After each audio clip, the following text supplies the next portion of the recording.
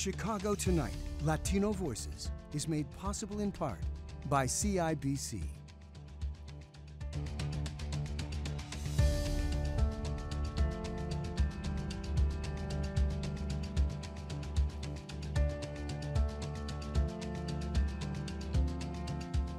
Good evening and bienvenidos to a special edition of Chicago Tonight, Latino Voices. I'm Hugo Balta, WTTW News Director and your host. We've got a lot to get through tonight. Did you spend the week constantly refreshing your devices for the latest election results? I know I did. You're certainly not alone. We talk with local journalists on a wild election week. More than 1 in 10 of the people being tested for COVID right now are coming back positive.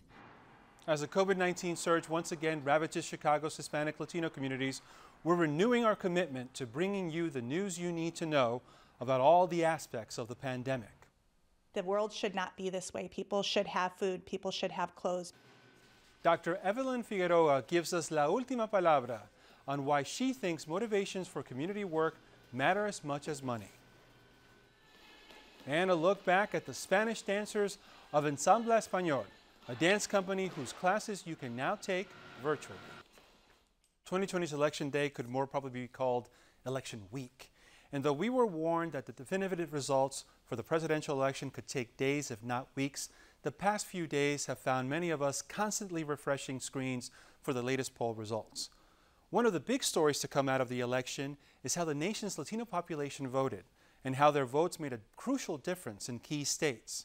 Joining us now to talk about a wild election week are Chicago Sun-Times editorial board member Ismael Perez, ProPublica reporter and columnist Mick Dumke, and WBEZ journalist Maria Inés Zamudio. Welcome to you all. Now let's start with a little history being made this week. Iris Martinez became the first Latina elected to the office of Cook County Circuit Court Clerk.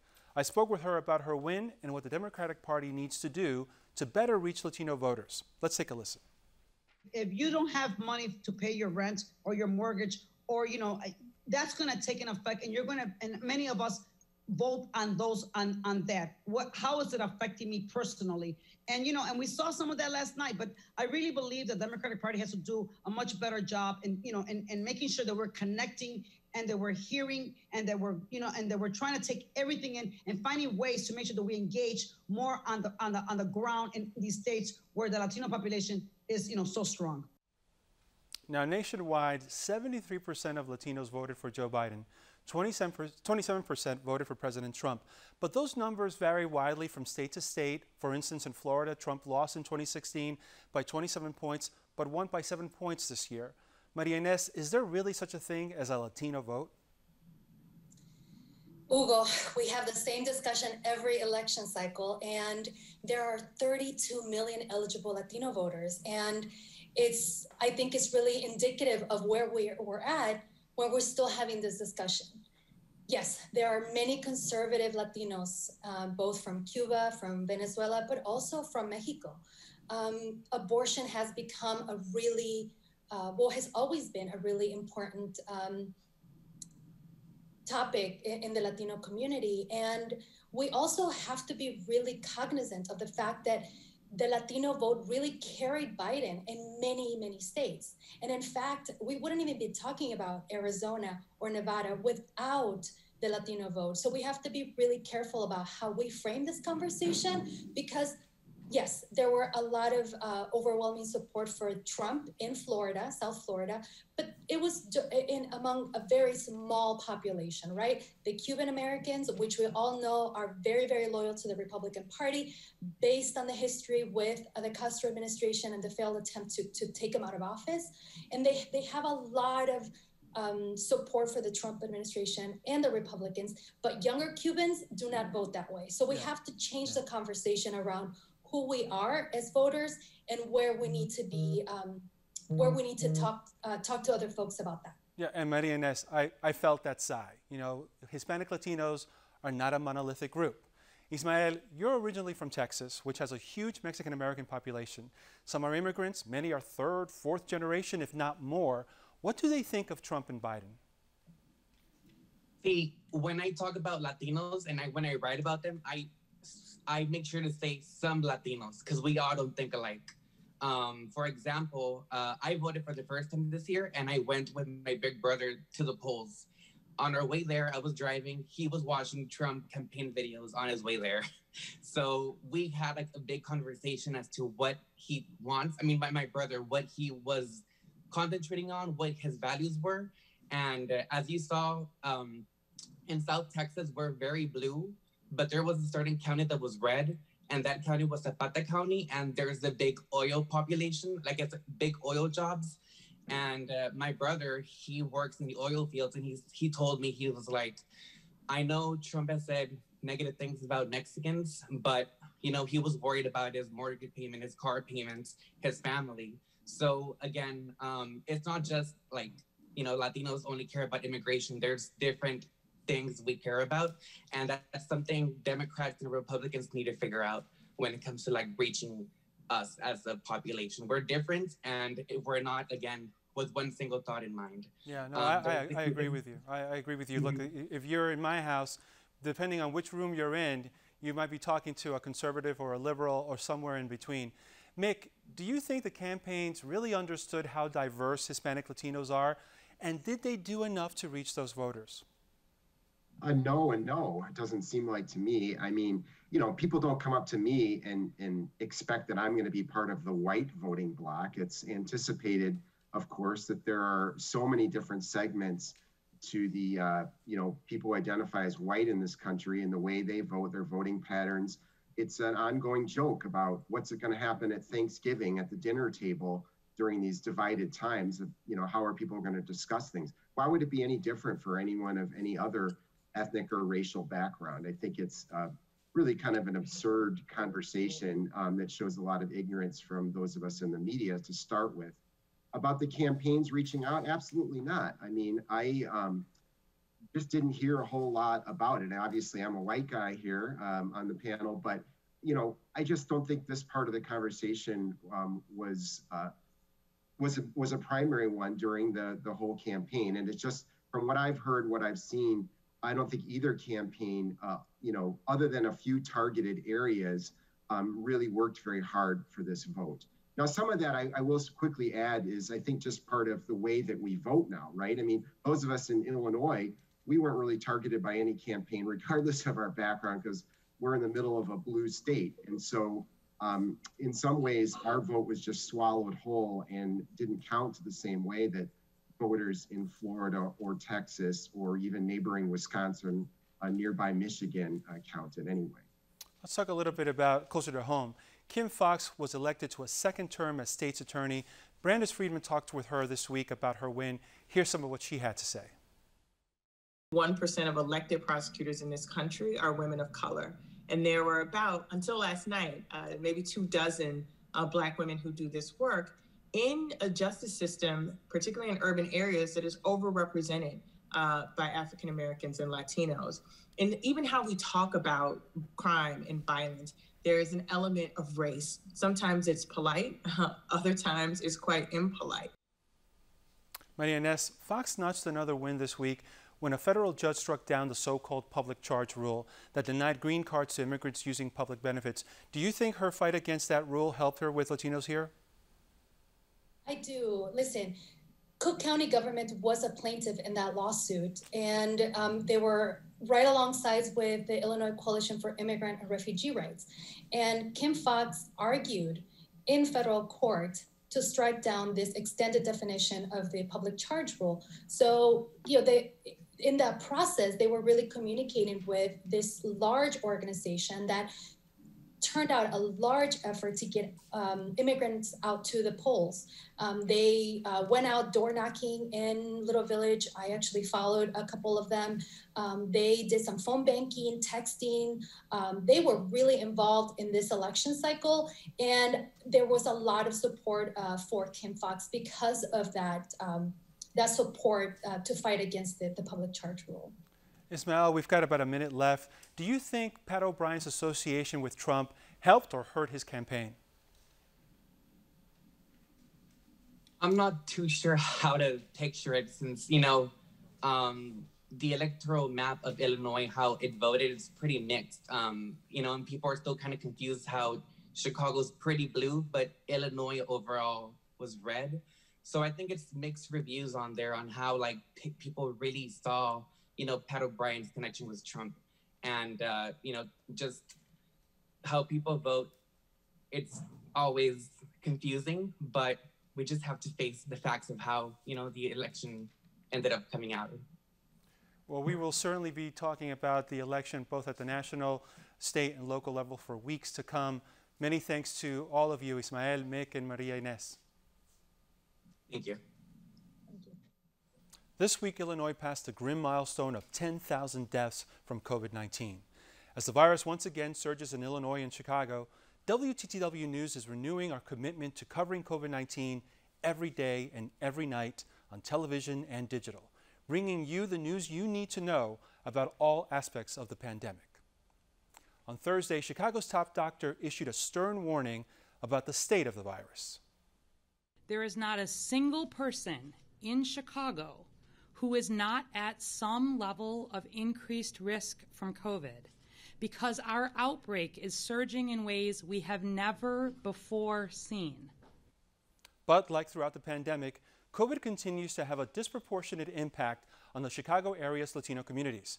Joining us now with more is Dr. Marina Del Rios, Director of Social Emergency Medicine at the University of Illinois Hospital in Chicago. Thank you for joining us, Dr. Del Rios. My pleasure. Dr. Del Rios, COVID cases in Chicago have risen more than 40% over the past week. How concerned are you the numbers will continue to spike across the city? Very concerned. I mean, what we've seen is that the increase is always exponential. We don't just double cases. It's one person can infect multiple. And it's not so much the rate of infection, but also my fear is the overwhelming of the capacity of our healthcare system to be able to care for all of these patients. Hispanic Latinos have so far made up a disproportionate number of virus cases here. How is this latest surge impacting these communities? We're seeing the same pattern that we saw early on in the pandemic. Latinos are still disproportionately affected. We're seeing infection rates that are triple what we see compared to our white neighbors and double what we see compared to our Black neighbors. So it's very concerning. Now, the city and state have expanded testing since the early months of the pandemic. Have they done enough in Hispanic Latino communities? What additional action would you like to see? Yeah, I'd like to see more investment in long-term, weatherized, sustainable testing facilities. A lot of the testing that has been done in our communities has been mobile testing sites, which are great. But as the temperatures drop, we need to make sure that people are safe when they go to get the test and that they have locations that are readily available any time of the day or any time of the week, that is, to get tested in their own communities. One of the things that we've heard a lot about is COVID fatigue, people letting their guard down after months of precautions. Is this part of the reason we're seeing a spike here? I think there's some of that. There's also the reality that, you know, as we turn to being indoors and less opportunities for socializing outdoors, that combined with the COVID fatigue, you want to see your friends and family, but you still have to be very careful when you're socializing, limiting your socialization, making sure that you have adequate space, using masks, using proper hygiene. I just hope people stick with their commitment to social distancing and mask wearing them throughout the winter months. Now, what about the economic costs when it comes to accessing health care for Hispanic Latino families dealing with COVID? Well, what we know is that Latino families, and especially Latino women, have been disproportionately affected by the economic downturn as resulting from this virus, right? A lot of folks have lost their jobs, and by losing their jobs, they've lost health care coverage. In addition to that, a lot of Latinos who may not be U.S. citizens don't qualify for a lot of the federal aid relief that we have, particularly as it pertains to health insurance and health coverage. So my concern is that because of the lack of health coverage, people are probably waiting too late to get to seek medical care. And what that means is that when we see them, it's also at a more complicated stage of the illness, requiring a lot more investment of time. And so it's just a downward spiral. As you've mentioned, there have been widespread concerns that Hispanic Latinos, particularly those who are undocumented, could be undercounted in COVID-19 data. Is this still the case? I believe that still may be the case, but the city and the state have at least tried to get to that data by using geography. And so trying to get a sense of where our tests are coming from. It's not the same as saying what this individual person may be that got tested, but based on the neighborhood that they come from, we can get a sense of what their race, ethnicity may be, and more importantly, what kind of resources they have in their community. A lot of the conversations that I'm having with my family is really about social distancing. How do we protect ourselves? And what we've heard, and so of course all of us, we've seen that many of the cases are coming from families getting together and not so much in doing the day-to-day like grocery shopping. What advice do you give for people to remain safe during the surge? I would say that as much as possible, move to socializing online, like we're doing right now. We're speaking through Zoom, phone calls. It's still, the weather is not bad yet, so people can still do some outdoor things, just get, extra coverage, an extra jacket.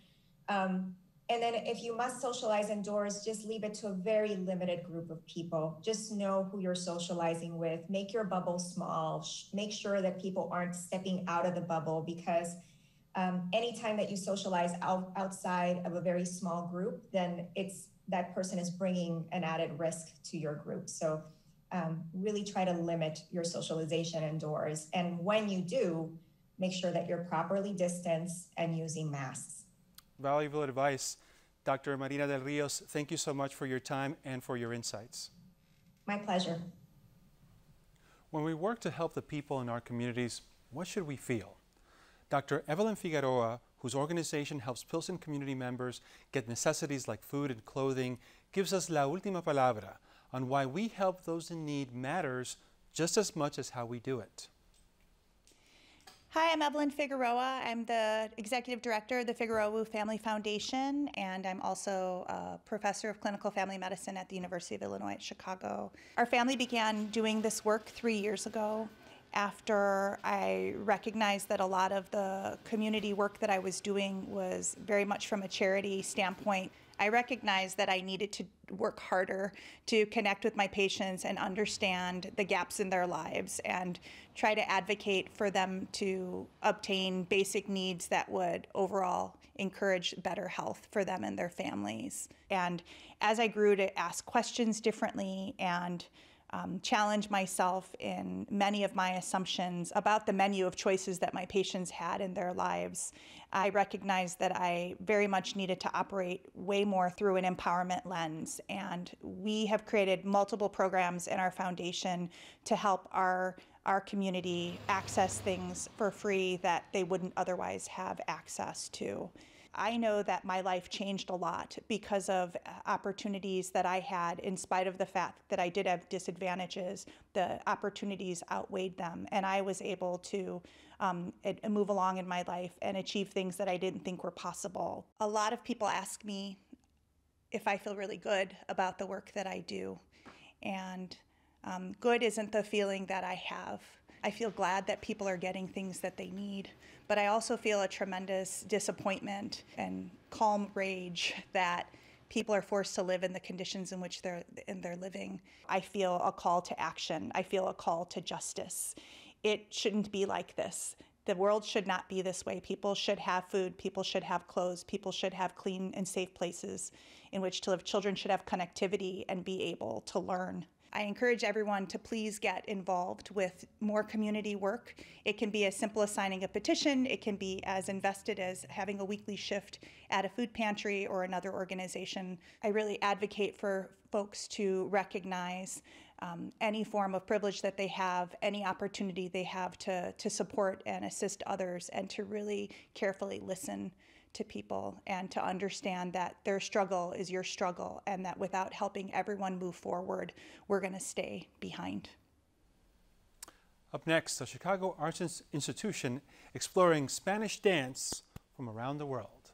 But first, Brandis and what to expect on tomorrow's program. Ugo, another great show for tomorrow. What a week it has been. We'll hash out this week's election. Plus, COVID cases are on the rise. A look at the impact on the Black community. And arts correspondent Angel Ito takes us to the oldest Black-owned shoe store in the country. Tomorrow night at 6 on Chicago Tonight, Black Voices. Since 1976, a Chicago arts institution has blossomed right next door to WTTW.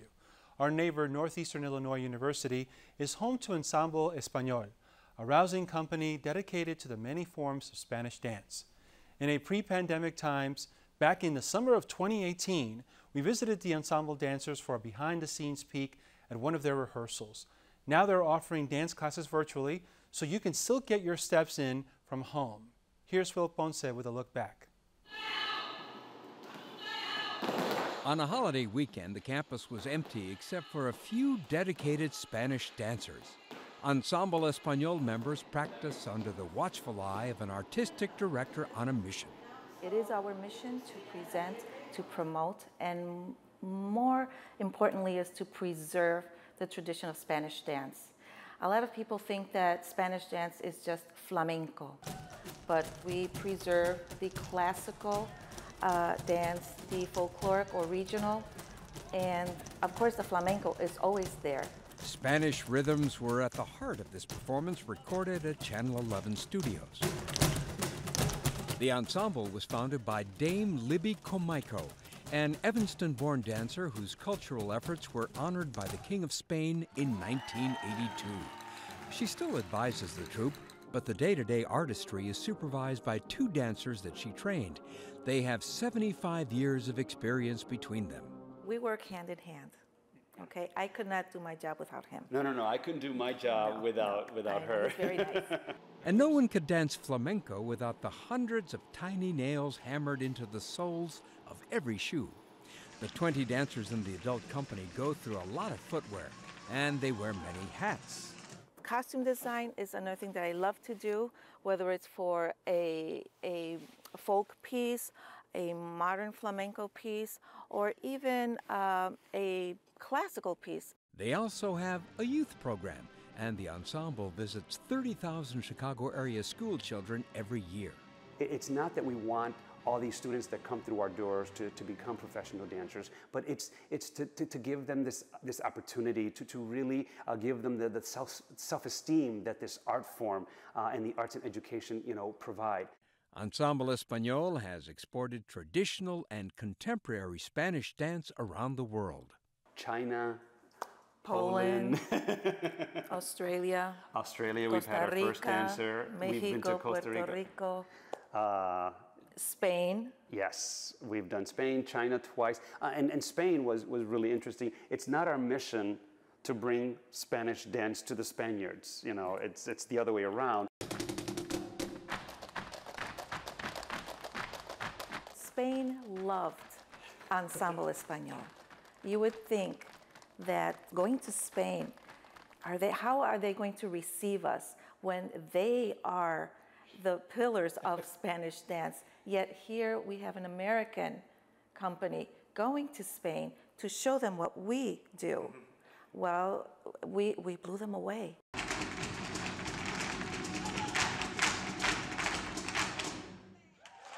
We also have amazing guest artists that come and work with the company to train in escuela bolera, in neoclassical, flamenco, all styles of Spanish dance. This summer, guest artists include the children of the celebrated Jose Greco, the Italian-American immigrant who kept Spanish dance in the public eye in the 20th century. 50 years ago, Jose Greco himself awarded a scholarship to the founder of Ensemble Español. Spain is considered to have one of the richest and most diverse dance cultures in the world, and it's because of its history, its exploration that it did for centuries.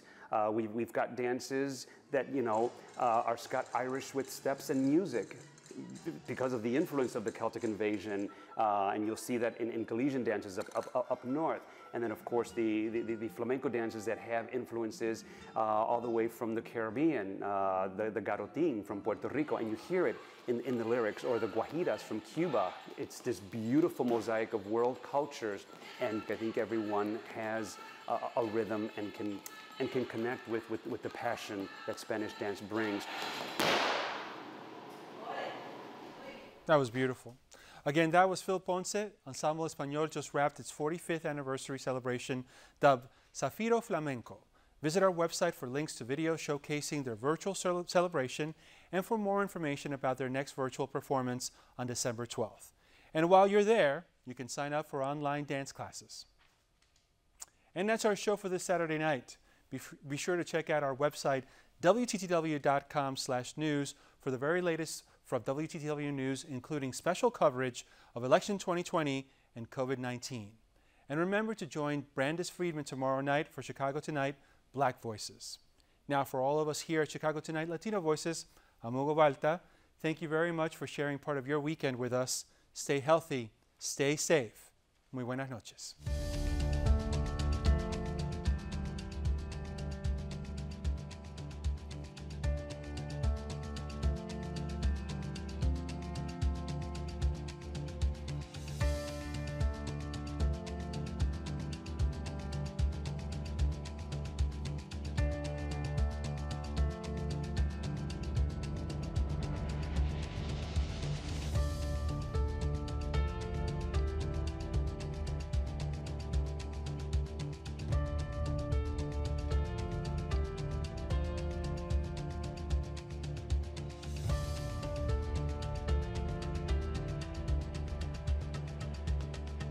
Closed captioning is made possible by Robert A. Clifford and Clifford Law Offices, representing dozens of families in the crash of a Boeing 737 MAX 8 jet.